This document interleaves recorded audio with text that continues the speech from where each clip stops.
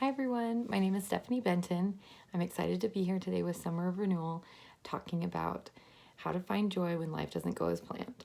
So, a little bit about me. I would say up until about 7 months ago, my life was going kind of as planned. I'm married, we live in Salt Lake City, we have 3 kids, ages 4, 2, and 7 months old. And my son was born 2 days before Thanksgiving, and 2 hours after he was born, a pediatrician came in the room and told us that our son has Down syndrome. We were completely blindsided.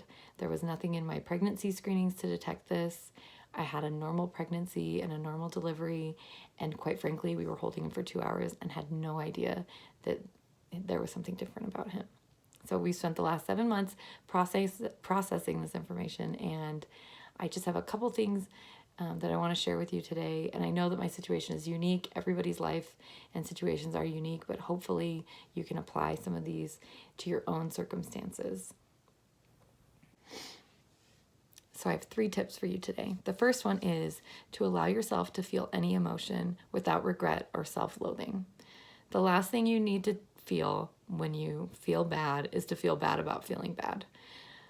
Just accept it and move on. So a lot of people told me that I would grieve the baby that I didn't get. And that doesn't mean I don't love my child, but I thought I was getting a typical son or a typical child, and I didn't. And it's okay to feel sad about that. It doesn't mean you don't love your baby. And I remember waking up in the hospital the day after my son was born and remembering what had happened. And I had this feeling that I didn't want this life anymore. And that was a really hard feeling to have because I love my life and I've been really happy. And that's not what I expected to feel the day after I had a baby. But I just accepted it and moved on and didn't feel guilty for feeling that way. And my feelings have gone from sort of negative to neutral to starting to feel really positive about it. And I know it's not going to be linear for everything, but I've tried to note the progress that I've made and allow myself that space to sort of grow into feeling good about it instead of forcing it.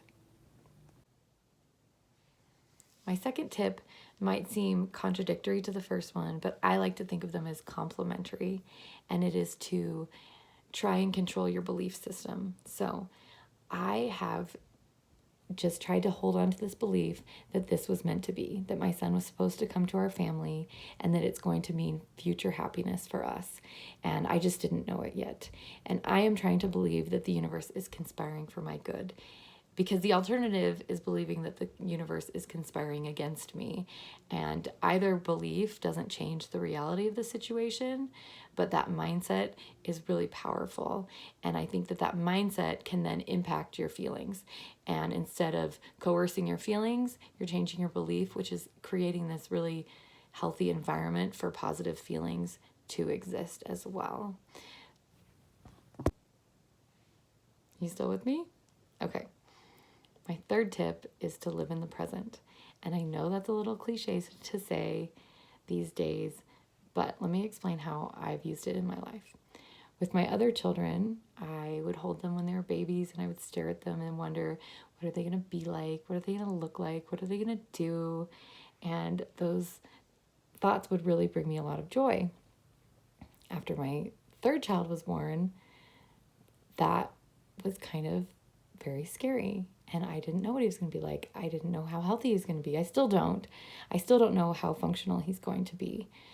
So those thoughts of the future actually are really paralyzing. So I've been trying to bring myself to the moment with him. So when I'm staring at him, instead of thinking about the future, I just look at him and his sparkly eyes and his smile that lights up a room, and that he's healthy, he's in my arms, he's here right now. And I find so much joy in just being there with him instead of worrying about things that I can't control right now. If I were to die tomorrow, I would really regret having spent my last good day with him worrying about something that now I'm never going to even see. So it's not even a reality until it's in the present. So I try to just focus on the here and now, and it has actually brought me so much joy. And I can usually say to myself, what is wrong right now? And I can usually say nothing, that life is really, really good right now in this moment. I think that thoughts about our future and our future planning and happiness can be really helpful, but I think the pendulum has swung a little too far to where we're putting too much emphasis on our future happiness and our children's future selves, and they are sensing that from us. When really we just need to bring it back to the present and just tell them right now they are enough. Right now they are whole and good and wonderful, just as they are. They don't have to prove anything because they're our child and we love them and they have worth. And that is probably the biggest lesson that my son has taught me. And it's just been wonderful to have him in our family. I hope you found those tips to be helpful. Just as a reminder, number 1 is to allow yourself any emotion without regret or self-loathing. Number 2 is to try and create a belief system that's positive. And number 3 is to live in the present.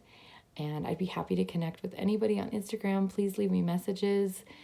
If you know anybody that's been diagnosed with a child with Down syndrome, or you yourself have, I would love to connect with you. And there are tons of moms and dads on Instagram these days shouting the worth of their children with different abilities. And it's really beautiful to see, and I feel grateful to be a part of it. Thank you so much. Have a wonderful day.